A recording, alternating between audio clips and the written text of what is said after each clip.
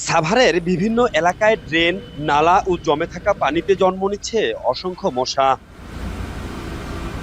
নিয়মিত পরিষ্কার পরিচ্ছন্নতার অভাব, মশক নিধনে যেসব ওষুধ ছিটানো হচ্ছে সেগুলো কার্যকর না হওয়া এবং অপর্যাপ্ত কার্যক্রমকে দায়ী করছেন ভুক্তভোগীরা। মশার উপদ্রব থেকে মুক্তি পেতে প্রয়োজনীয় ব্যবস্থা নেওয়ার দাবি স্থানীয়দের। আমরা দোকানদারি করতে পারতেছি না ভাই, মশার কামড়ে মশার যন্ত্রণায় অসুস্থ হয়ে যাচ্ছি। দিনে কামড়ায়, রাতে কামড়ায়, মশার জন্য বসাই যায় না। এমন ভাবে মশায় কামড়াইতেছে, অনেকের দেখা যাচ্ছে জ্বর এসে গেছে। সরকার একটা পদক্ষেপ নেওয়া দরকার, কোনো ওষুধে কোনো কাজ হইতেছে না। উপজেলা প্রশাসন থেকে ওষুধ ছিটানো হলেও সেগুলো কার্যকর নয় বলে দাবি স্থানীয় জনপ্রতিনিধির। বলছেন, মশা নিধনে এখনই ব্যবস্থা না নিলে বড় ধরনের স্বাস্থ্য ঝুঁকিতে পড়বে সাভারের মানুষ। প্রতিদিন শত শত মানুষের অভিযোগ শুধু মশা নিয়ে।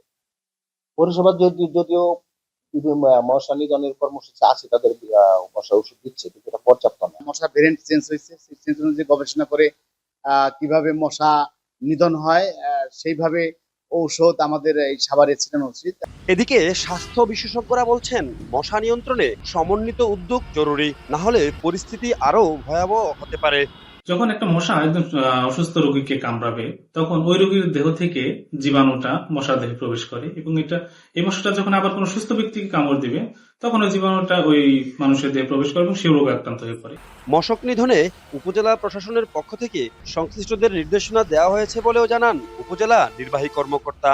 এক্সিস্টিং যে ঔষধগুলো রয়েছে সেটা মশার উপর ঠিকভাবে কাজ করছে না বলে আমার মনে হয়েছে, যে কারণে আমি একটা টেকনিক্যাল টিম গঠন করেছি এবং সেই টিম আমাকে বেশ কিছু মশার ওষুধ সাজেস্ট করেছে। তা আমরা ইতিমধ্যে সেই ওষুধগুলো ক্রয় করেছি এবং কিছু টেন্ডার প্রক্রিয়াধীন।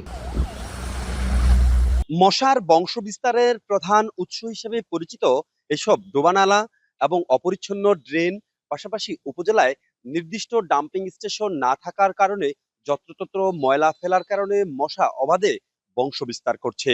এভাবে মশার বংশ বিস্তার যদি ঠেকানো সম্ভব না হয়, তাহলে মশাবাহিত নানা রোগের কারণে পরিস্থিতি ভয়াবহ হতে পারে বলে আশঙ্কা স্বাস্থ্য বিশেষজ্ঞদের।